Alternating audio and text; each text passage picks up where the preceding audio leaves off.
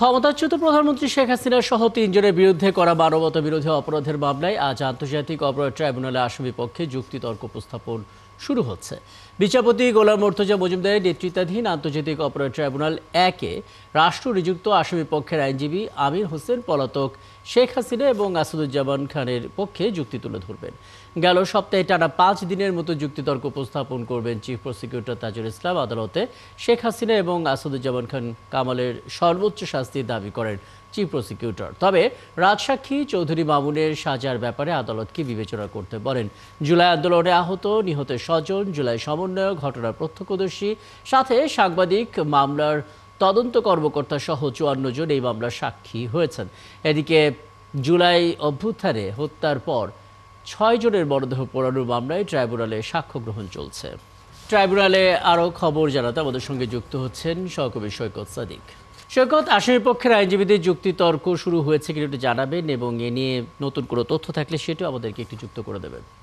এই মামলাটি আজকে শুনানি বেলা 11:30টার দিকে শুরু হবে, এমনটাই আমরা প্রসিকিউশনের থেকে জেনেছি। এবং আপনি জানেন যে গত সপ্তাহে এই মামলা যখন চিফ প্রসিকিউটর তাজুল ইসলাম যুক্তিতর্ক উপস্থাপন করেছেন, প্রতিদিনই কিন্তু এই মামলার কার্যক্রমটি শুরুর দিকে সরাসরি সম্প্রচার করা হতো। প্রসিকিউশনের যে নিজস্ব ফেসবুক পেজ সেখানে দেখানো হতো, এর বাইরে বাংলাদেশ টেলিভিশনও প্রচারিত হতো। তারই ধারাবাহিকতায় কিন্তু আজকে যেহেতু দুই আসামি পলাতক রয়েছেন, শেখ হাসিনা এবং আসাদুজ্জামান খান কামাল, তাদের দুজনের পক্ষে রাষ্ট্র নিযুক্ত যে আইনজীবী রয়েছেন অ্যাডভোকেট আমির হোসেন, তার যুক্তি খণ্ডন পর্ব যেহেতু আজকে শুরু হবে এবং এটা সরাসরি সম্প্রচার করা হবে এমনটা আমরা শুনেছি। এবং যেহেতু 11:30 বাজে শুরু হবে, কিছুক্ষণ আগে আমরা আলাদাভাবে এই আইনজীবী আমির হোসেনের সাথে কথাও বলেছি। তিনি যেহেতু এসেছেন, তিনি বলছেন যেহেতু তিনি আজকে 11:30 থেকে শুরু করবেন, হয়তো তার এই যুক্তি খণ্ডন পর্ব আজকে শেষ না হতে পারে, তিনি আগামীকালও করতে পারেন। এবং প্রসিকিউশনের কাছে 3 দিনের সময় চেয়েছিলেন, এমনটাই আমরা শুনেছিলাম।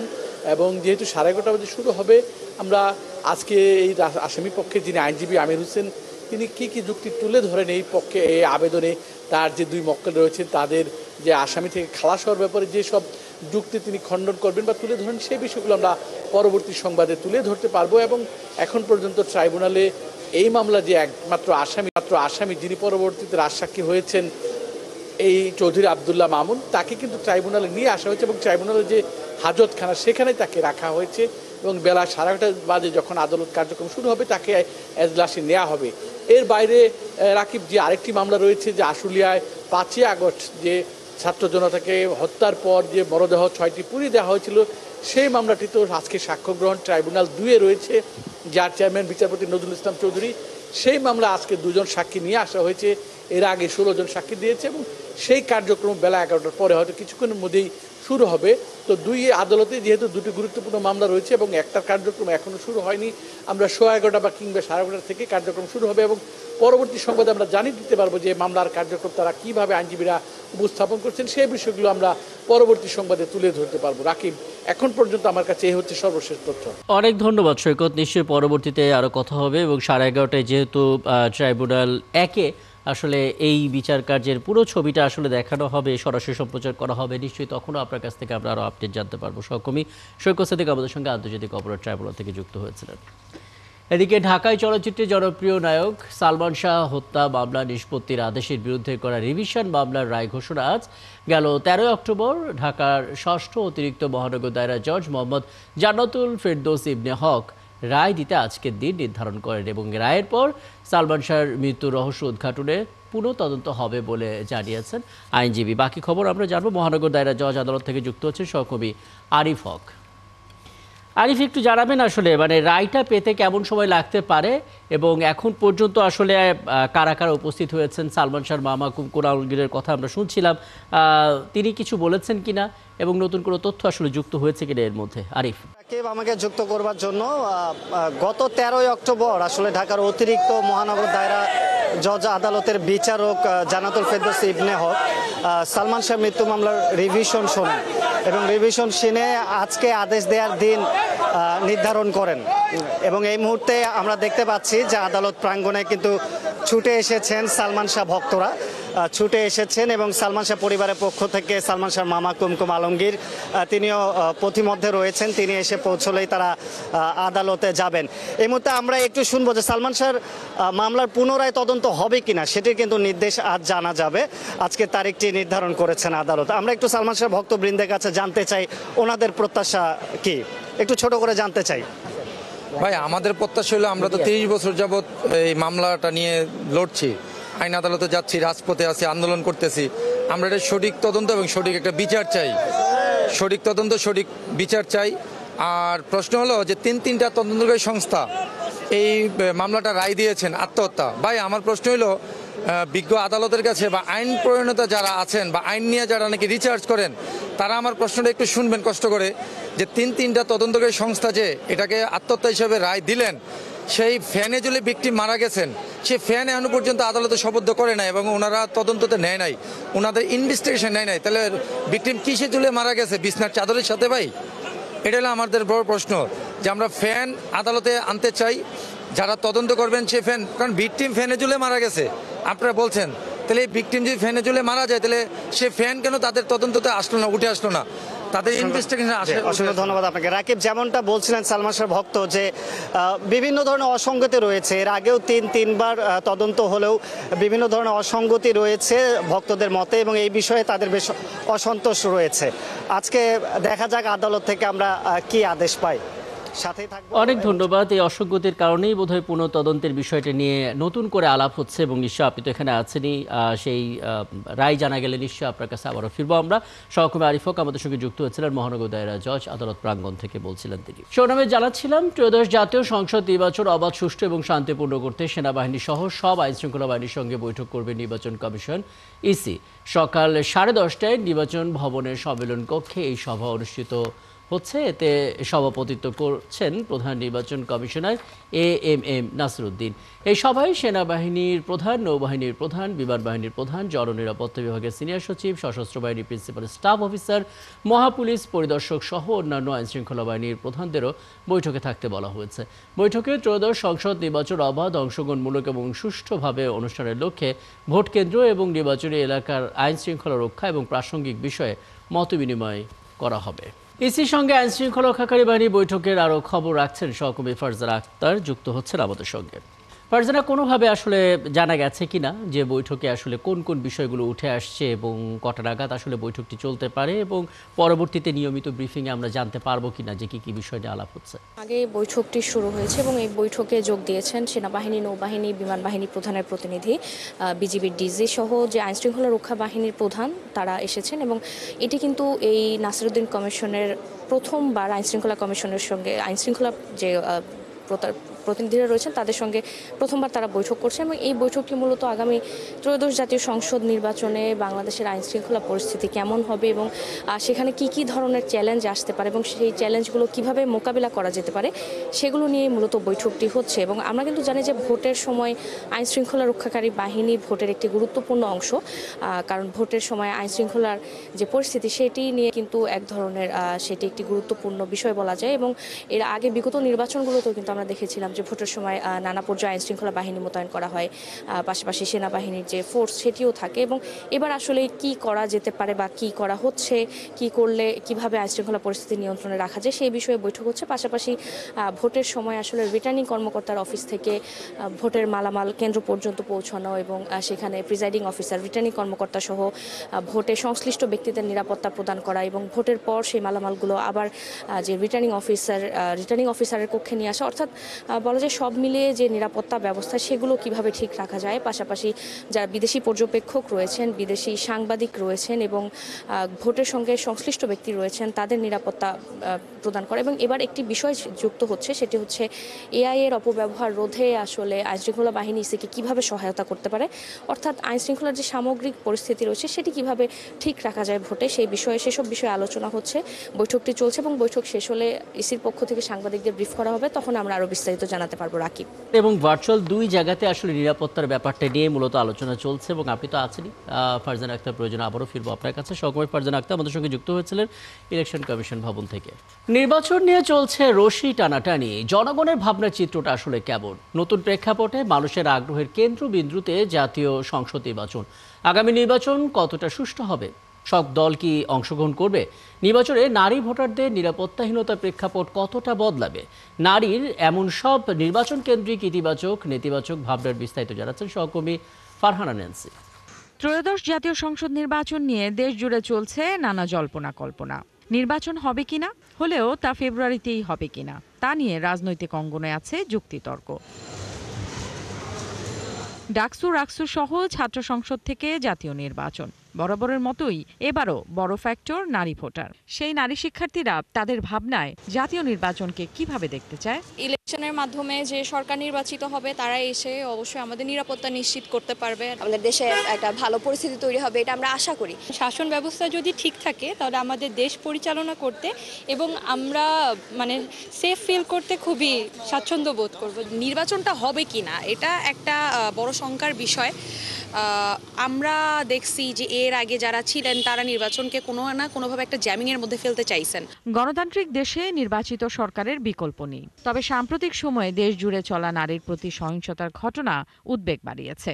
তাই নারীর নিরাপত্তাহীনতার শঙ্কা নিরসনে সুষ্ঠু জাতীয় নির্বাচন রাখতে পারে গুরুত্বপূর্ণ ভূমিকা, এমন মত শিক্ষক সমাজের। রাজনৈতিক ক্ষমতায়নের জায়গায় নারীর কোথায় যেন একটা সংকট তৈরি হয়েছে। নারী নেতৃত্বে যারা আসতে চান তারাও যেমন একই সাথে অনেক সংঘর্ষের মুখোমুখি হচ্ছেন, ঠিক তেমনি নারী ভোটার যারা আগে নির্দ্বিধায় ভোট দেওয়ার জন্য মানে তাদের একটা সংস্কৃতি ছিল একটা সময়, সেই সংস্কৃতিটাও আবার পুনঃপ্রতিষ্ঠা হওয়ার ক্ষেত্রে একটা ভীতিকর পরিস্থিতি, মানে একটা অদৃশ্য নিয়ন্ত্রণ কাজ করছে। ধর্মভিত্তিক কোনো রাজনৈতিক দল যদি ক্ষমতায় থাকেন সেক্ষেত্রে নারীদের বিচরণে কিছুটা বাধার তৈরি হতে পারে বা সংকুচিত হতে পারে ক্ষেত্রগুলো। সে জায়গাগুলো নিয়ে সত্যিকার অর্থেই অনেকের মধ্যে এই কিছুটা শঙ্কা আছে বলে মনে হচ্ছে। তবে যখন মানুষের ভোটের মাধ্যমে নির্বাচিত হয়ে কেউ ক্ষমতায় আসবেন, তো আমরা আস্থা রাখতে চাইবো যে তারা নারী পুরুষ সকল ভোটার যারা তাদের অধিকারের জায়গাটা এবং নিশ্চিন্ত থাকবার জায়গাটাকে নিশ্চিত করবেন। তবে জাতীয় নির্বাচনে ভোট কেন্দ্রে যাওয়া না যাওয়া নিয়ে শিক্ষার্থীদের আছে মিশ্র প্রতিক্রিয়া। হ্যাঁ, এবার যদি সুযোগ হয় তো অবশ্যই দিতে যাব। উৎসবমুখর পরিবেশটা হোক, যে একটা ভোট নিয়ে একটা যে আনন্দ থাকুক। যেহেতু ফার্স্ট টাইম ভোটার, অবশ্যই ভোট দিতে যাব। আশা করি ভোটটা হলে দেশে ওই অস্থিতিশীল পরিস্থিতিটা একটু স্থিতিশীল হবে।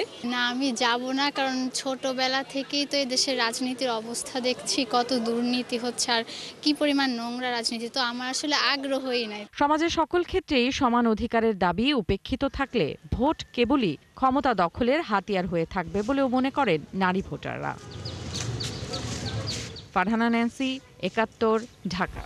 স্বাভাবিক পর্যায়ে ফিরেছে হযরত শাহজালাল আন্তর্জাতিক বিমানবন্দরে বিমান চলাচল। অন্যদিকে আটকে পড়া যাত্রীরাও বিকল্প ফ্লাইটে গন্তব্যে যেতে শুরু করেছেন। সোমবার সকাল থেকে ঢাকা শাহজালাল বিমানবন্দর থেকে নির্ধারিত সময়ে ছেড়ে যায় বিমানগুলো, ছিল না কোনো শিডিউল বিপর্যয়। অন্যদিকে বিমানবন্দর শুধু আজকে যাদের ফ্লাইট তারাই কেবল এসেছেন, তবে তেমন কোনো ভোগান্তির অভিযোগ নেই তাদের। এদিকে শিডিউল বিপর্যয় এবং বাতিল হওয়া ২১টি বিমানের যাত্রীরা বিকল্প বিমানে গন্তব্যে যেতে শুরু করেছে। যেমনটা বলছিলাম, রোববার কিছু ফ্লাইটে বিলম্ব হওয়ায় যাত্রী স্বজনদের ভিড় সৃষ্টি হয় টার্মিনালে।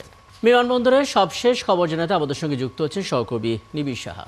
নিবিড়, সকাল থেকে আপনি আপডেট জানাচ্ছিলেন, আরও একবার ঠিক এই মুহূর্তের খবরটা জানতে চাই। ২১টি ফ্লাইটের যাত্রীরা বিকল্প বিমানে যাচ্ছেন এবং সেই ধারাবাহিকতা তো চলছে। কোনো রকমের ভোগান্তি এখানে পোহাতে হচ্ছে কিনা এবং যাত্রীদের দিক থেকে আসলে কী ধরনের প্রতিক্রিয়া পাচ্ছেন, সব কিছু মিলিয়ে।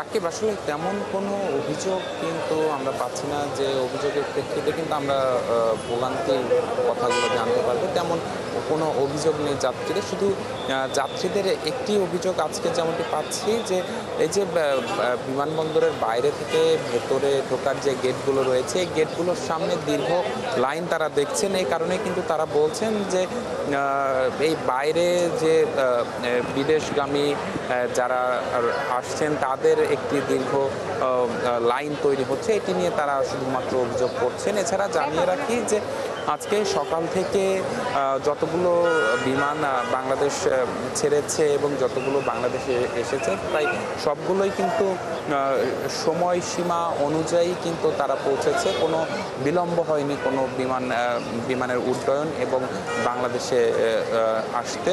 এবং সেই সাথে জানিয়ে রাখি যে যাত্রীরা যারা রয়েছেন তারাও কিন্তু বলেছেন যে তারাও কিন্তু যে অগ্নিকাণ্ডের ঘটনা, সেই অগ্নিকাণ্ডের ঘটনার পরে কিন্তু তারাও বেশ শঙ্কিত ছিলেন যে আদৌ তাদের যাত্রাটি হবে কিনা। তো সেখান থেকে গতকাল রাতে আমরা যেমনটি দেখেছি যে গতকাল রাত থেকে মূলত 9টার পর থেকে যে বিমানগুলো বাংলাদেশ ছেড়ে গেছে সেগুলো ঠিক সময়ে কিন্তু বাংলাদেশ ছেড়ে গেছে এবং যাত্রীরাও কিন্তু এখন যারা এসেছেন তারাও কিন্তু কম বেশি বলছেন যে তারাও কিন্তু এই যে গতকাল রাতে যারা গিয়েছেন তাদের সাথে কয়েকজনের কথা হয়েছে, তারাও কিন্তু সেখানে বলেছেন যে তাদেরও তেমন কোনো ভোগান্তি হয়নি, যার কারণে কিন্তু তারা আজকে নির্ধারিত সময়ের বেশ কিছুটা আগে কিন্তু তারা বিমানবন্দরে চলে এসেছেন। যার কারণেই কিন্তু আমরা দেখছি যে বিমানবন্দরের বাইরের যে গেটগুলো রয়েছে সেই গেটগুলোতে কিন্তু আসলে যাত্রীদের একটি চাপ আমরা লক্ষ্য করছি। এবং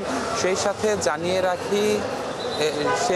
জানিয়ে রাখি যে আগুনের ঘটনার কারণে যে 21টি বিমানের শিডিউল বিপর্যয় এবং যাত্রা বাতিল হয়েছিল সেগুলো যাত্রীরাও কিন্তু ধীরে ধীরে বিকল্প বিমানে তারা কিন্তু দেশ ছাড়তে শুরু করেছেন। এবং সবশেষ আমার কাছে যে তথ্য আছে যে আজকে বিকেল 4টায় সবশেষ কয়েকজন এখনো যেতে পারেননি, তারা আজকে বিকেল 4টার একটি বিমানে তারা অর্থাৎ 21টি বিমানের যাত্রীদের বিকেল 4টার মধ্যে সবাই হয়তো তাদের গন্তব্যের উদ্দেশ্যে রওনা দিতে পারবেন এমন একটা আশাবাদ আসলে আছে। অনেক ধন্যবাদ নিবিশা, পরবর্তীতে আরও কথা হবে আপনার সঙ্গে আশা করি। বিমানবন্দরে থেকে যুক্ত হয়েছিলেন সহকর্মী নিবিশ সাহাব।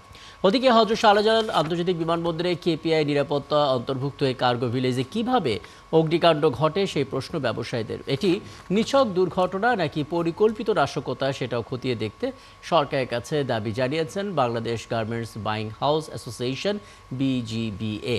একই সাথে অগ্নিকাণ্ডে যে সমস্ত আমদানিকারক প্রতিষ্ঠানের পণ্য পুড়েছে তাদের ক্ষতিপূরণ চেয়েছে সংগঠনটি। গার্মেন্টস বাইং হাউস অ্যাসোসিয়েশনের নির্বাচনী জোট ভিশনারি অ্যালায়েন্সে আত্মপ্রকাশ অনুষ্ঠানে এই কথা বলেন সংগঠনটির সভাপতি মোফাজ্জল হোসেন পাবেল। একই অনুষ্ঠানে Bangladesh textile mills association BTMA সভাপতি শওকত আজিজ রাসেল বলেন, ব্যবসা প্রতিষ্ঠানের চাঁদাবাজি, হামলা, হয়রানি এবং সাম্প্রতিক অগ্নিকাণ্ডে তারা শঙ্কিত। এভাবে চলতে থাকলে আগামীতে একের পর এক ব্যবসা প্রতিষ্ঠান বন্ধ হয়ে যাবে। পরিস্থিতি থেকে উত্তরণ এবং ব্যবসায়ীদের নিরাপত্তা দিতে সরকারের কাছে আহ্বান জানান তিনি। আমরা এই মুহূর্তে যে ক্লান্তি লগ্ন পার করছি ইন্ডাস্ট্রিতে, স্পেশালি আজকে এই ফ্যাক্টরিতে আগুন, কালকে আরেক ফ্যাক্টরিতে আগুন। আপনারা দেখেছেন এয়ারপোর্টে যে আগুনের ভয়াবহতার কারণে আমাদের কত এন্টারপ্রেনারের রাস্তায় বসে যাওয়ার অবস্থা হয়ে গেছে, কত ইম্পর্টেন্ট শিপমেন্টের ফ্যাব্রিক ট্রেন্স অনেক পুরে ছাই হয়ে গেছে। আমরা প্রতিনিয়ত হয়রানির শিকার হচ্ছি পরিবেশ থেকে, যে আপনি এই কমপ্লেন্স করেন, ওই ফায়ার সিস্টেম করেন, এটা করেন, সেটা করেন। এয়ারপোর্ট হচ্ছে সবচেয়ে সুরক্ষিত এলাকা, যেখানে প্লেন ল্যান্ড করে, টেক অফ করে, মানুষ ওখানে যাত্রীবাহী জাহাজ আসে। সেখানে যদি আমাদের সম্পদ সুরক্ষিত না থাকে তাহলে বাংলাদেশের কোন জায়গায় আমরা সেফ? হযরত শাহজালাল আন্তর্জাতিক বিমানবন্দরের কার্গো ভিলেজের আগুন 26 ঘন্টার চেষ্টায় পুরোপুরি হয়তো নিভে গেছে, তবে খালাসের অপেক্ষায় থাকা সব আমদানি পণ্য আগুনে পুড়ে গেছে। এতে বড় ক্ষতির মুখে পড়েছেন অনেক ব্যবসায়ী। এ নিয়ে আরও বিস্তারিত আমরা জানতে চাই, যুক্ত হচ্ছে সহকর্মী রুহুল আমিন। রুহুল, আসলে ক্ষতিপূরণের আগে তো ক্ষয়ক্ষতির পরিমাণটা জানা প্রয়োজন। কি পরিমাণ ক্ষতি হলো, কতজন ব্যবসায়ীর সেই ক্ষতির অঙ্কটা আসলে কেমন, সেগুলো কতদূর আসলে জানা গেল এবং এখন পর্যন্ত আসলে সেই উদ্যোগটা কেমন দেখছেন? আসলে ধরেন গণমাধ্যম কর্মীরা যেসব ব্যবসা প্রতিষ্ঠানের সঙ্গে কথা বলতে পেরেছেন তাদের কাছ থেকে একটি ধারণা মিলেছে, কিন্তু সামগ্রিক যে চিত্র সেটি এখনও জানা যায়নি এবং সেটি জানতে সময় লাগবে। আপনি জানেন এই ক্ষয়ক্ষতি নিরূপণের দুটি উদ্যোগ নেওয়া হয়েছে। একটি হচ্ছে সরকারি উদ্যোগ, সরকার একটি অর্থ মন্ত্রণালয়ের একটি তদন্ত কমিটি করেছে। সেই তদন্ত কমিটিতে NBR, এই কাস্টমস হাউস কর্মকর্তারা আছেন। তাদেরকে বলা হয়েছে যে সার্বিক ক্ষতিপূরণটা কত হতে পারে সেটি হিসাব করার জন্য। পাশাপাশি আমরা দেখেছি যে ব্যবসায়ীদের যে চেম্বারগুলো আছে সেই চেম্বারগুলো তাদের সদস্যদের বলেছে বা জানাতে বলেছে যে কার কী ক্ষতি হয়েছে এবং সেইটা পণ্যের পরিমাণ কত এবং টাকার অঙ্কে সেই ক্ষতিটা কত। এখন আপনাকে আরেকটি বিষয় জানিয়ে রাখি যে কিছু কিছু ব্যবসায়ী আছেন, বিশেষ করে যারা কমার্শিয়াল আইটেম বাণিজ্যিক পণ্য আমদানি করেন, তাদের ক্ষতিটা কিন্তু তুলনামূলক বেশি হবে। কারণ আমরা জানি যে কমার্শিয়াল পণ্যগুলোর ক্ষেত্রে, বাণিজ্যিক পণ্যগুলোর ক্ষেত্রে তেমন বীমা সুরক্ষা থাকে না। ফলে যাদের বীমা সুরক্ষা নেই তাদের ক্ষতিপূরণ পাওয়া, সরকার যদি তাদের প্রতি সদয় না হয়, সেক্ষেত্রে তারা খুব কঠিন পরিস্থিতির মধ্যে দিয়ে তাদের যেতে হবে। তবে অনেক ধরনের পণ্য আছে, মেডিকেল সেক্টর থেকে শুরু করে অনেক ধরনের পণ্য আছে যেগুলো বেশি পরিমাণে আনা হয়, টাকার অঙ্কে বেশি, সেগুলোর কিন্তু বীমা সুরক্ষা থাকে। ফলে তাদের কিছুটা হলেও সেফগার্ড সেখানে আছে। যদিও গতকালকে আমরা দেখেছি যে ব্যবসায়ী নেতারা বিমানবন্দরে এসেছিলেন, তারা উপদেষ্টার সঙ্গে কথা বলেছেন, বাণিজ্য উপদেষ্টার সঙ্গে, এবং তারা দাবি জানিয়েছেন যে সব ধরনের ব্যবসায়ীদেরকে যেন ক্ষতিপূরণ দেয়া হয়। কারণ তাদের বক্তব্য হচ্ছে যে তারা এই বিমানবন্দরে পণ্য আনা নেওয়ার জন্য প্রয়োজনীয় সব ধরনের ফি, চার্জ সব কিছুই তারা দিচ্ছেন, এবং তাদের কোনো ভুলের কারণে এই আগুন বা এই দুর্ঘটনা ঘটেনি। সুতরাং এই দায় সরকারের, তারা বলছেন, এবং ব্যবস্থাপনার, এবং সরকারকে ক্ষতিপূরণ দিতে হবে যারা ক্ষতিগ্রস্ত হয়েছেন তাদের, এটি তাদের বক্তব্য। আজকের দিনের ঘটনা একটু জানিয়ে রাখি আপনাকে। আপনি জানেন যে আমদানি কার্গোটা মূলত পুড়ে গেছে। তো গতকাল রাতে কাস্টমস তাদের যে অ্যাসিকিউটার সার্ভার 9 নম্বর গেটের পাশে আরেকটি স্থানে নতুন করে সেটি স্থাপন করে, এবং গতকাল বেশ কিছু জরুরি পণ্য খালাস করা হয়। কিন্তু আজ পর্যন্ত, কিছুক্ষণ আগেও আমরা খোঁজ নিয়েছি, আজকে এখন আর কোনো পণ্য খালাস করা হয়নি। দফায় দফায় ব্যবসায়ীদের সঙ্গে কাস্টমস কর্মকর্তারা, সিভিল এভিয়েশন কর্মকর্তারা বৈঠক করছেন। মূলত কার্গোতে আসা পণ্যগুলো এখন কোথায় নামানো হবে সেই স্থান নির্ধারণের কাজ চলছে, এবং সেটি হলে হয়তো দ্রুত আবার পণ্য খালাস প্রক্রিয়া শুরু হবে। এবং আমরা দেখছি যে এই কাস্টমস হাউসের বাইরে শত শত সিএনএফ কর্মী অলস সময় কাটাচ্ছেন, কাভার্ড ভ্যানগুলো বসে আছে। তো তারা চাচ্ছেন যে এই পরিস্থিতির যেন দ্রুত অবসান হয়। আরেকটি বিষয় আপনাকে জানিয়ে রাখতে চাই, কিছুক্ষণ আগে ঢাকা কাস্টমস হাউসে আমরা একদল প্রতিনিধি দেখেছি, তাদের মধ্যে রাশিয়ান আছেন, বাংলাদেশি আছেন।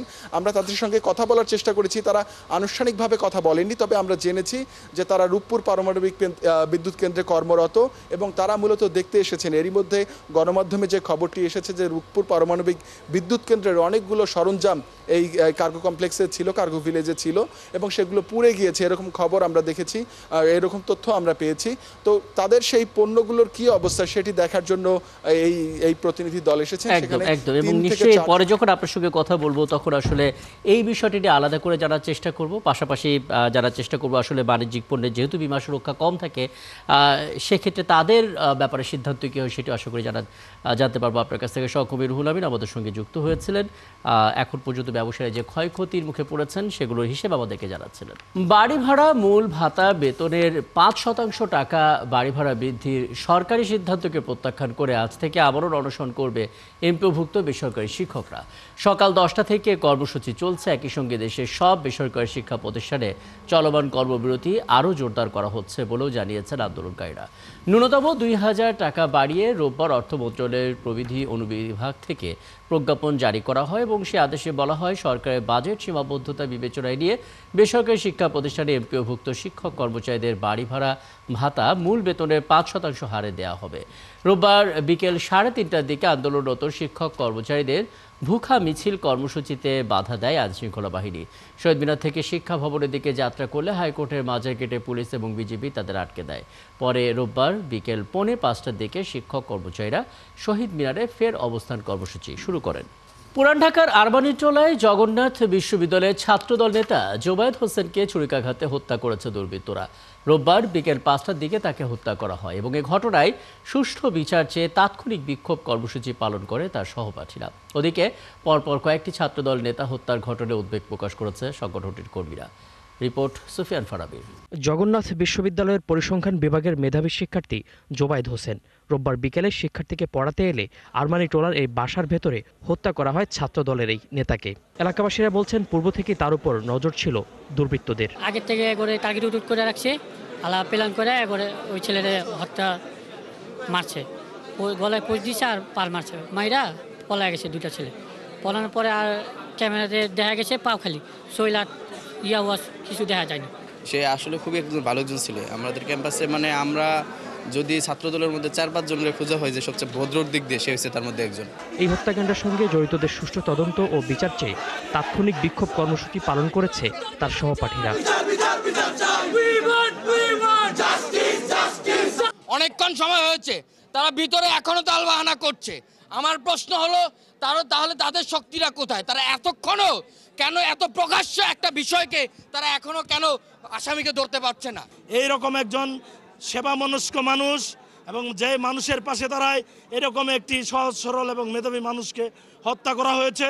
জগন্নাথ বিশ্ববিদ্যালয় পরিবার, ছাত্রদল সহ সকলে মর্মাহত।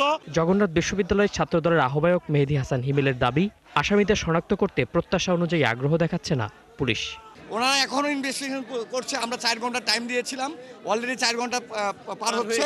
হ্যাঁ, এখন পিবিআই টিম আসছে, ওনারা কি ইনভেস্টিগেশন করছে। আমরা অবশ্যই আইনশৃঙ্খলা বাহিনীর এখানে অনেক গাফিলতি আমরা দেখতে পাচ্ছি।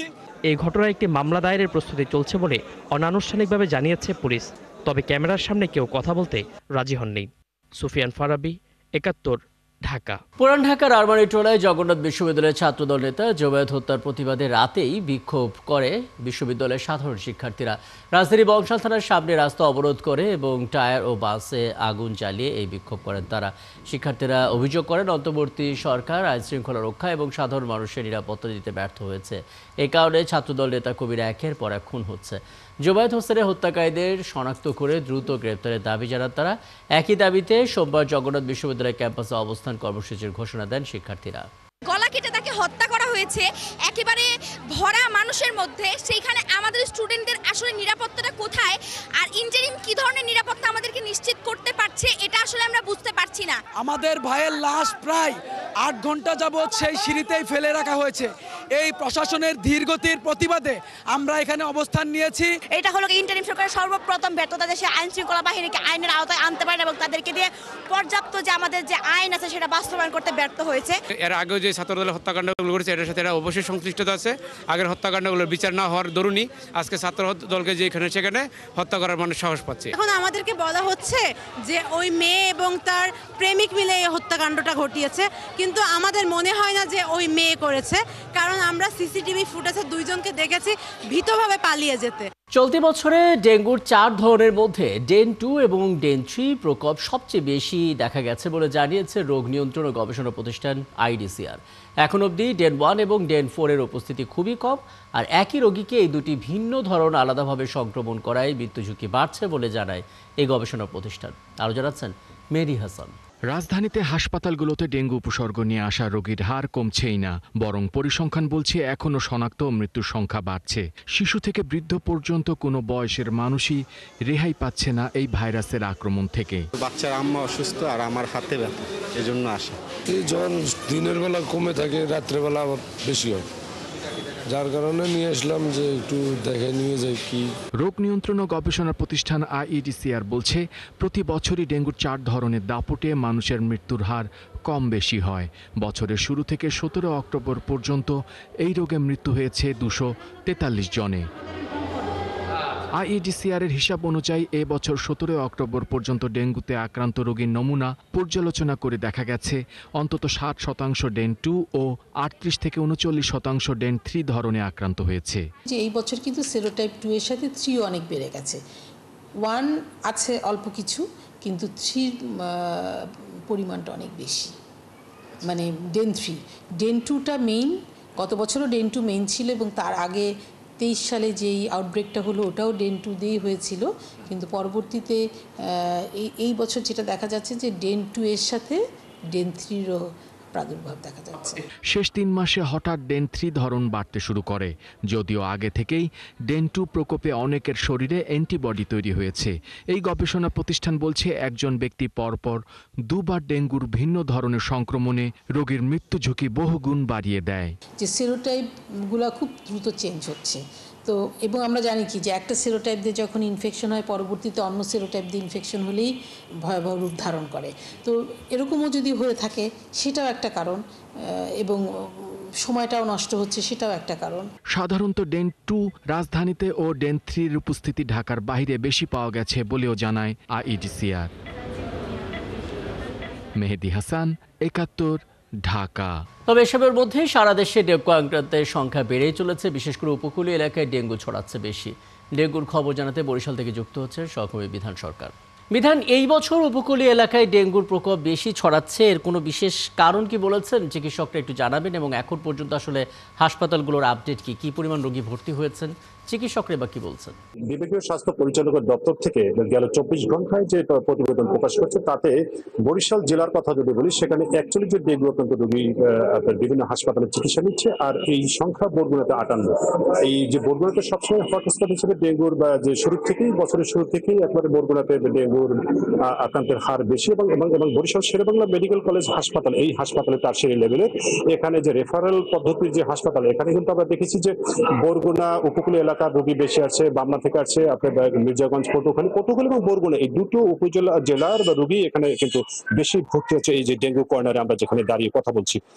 তো এক্ষেত্রে আমরা বিভাগীয় স্বাস্থ্য পরিচালকের সাথে কথা বলেছি এবং তিনি যে কথাটি বলছেন আসলে বরগুনাতে তারা বাড়তি মেডিকেল টিমও পাঠিয়েছেন, তারপরও যে বিষয়টি পরিষ্কার পরিচ্ছন্নতার বিষয়, এই বিষয়গুলো কিন্তু প্রশাসনের কাজ, যেহেতু প্রশাসন যদি এই বিষয়ে তারা বলছেন যে স্বাস্থ্য বিভাগ থেকে তারা মেসেজ দেয় যে ডেঙ্গুর যে প্রধান যে বাহক যে এডিস মশা সেটাকে নিধন করার জন্য পরিষ্কার পরিচ্ছন্নতা থাকতে হবে, সেক্ষেত্রে আসলে কিন্তু একটা কিছুটা সেট আছে, ব্যাপারটা আছে। এবং আমরা যদি বলি বরিশাল নগরীতে এই ধরনের পরিষ্কার পরিচ্ছন্নতা অভিযান খুব একটা আমাদের চোখে পড়ে না।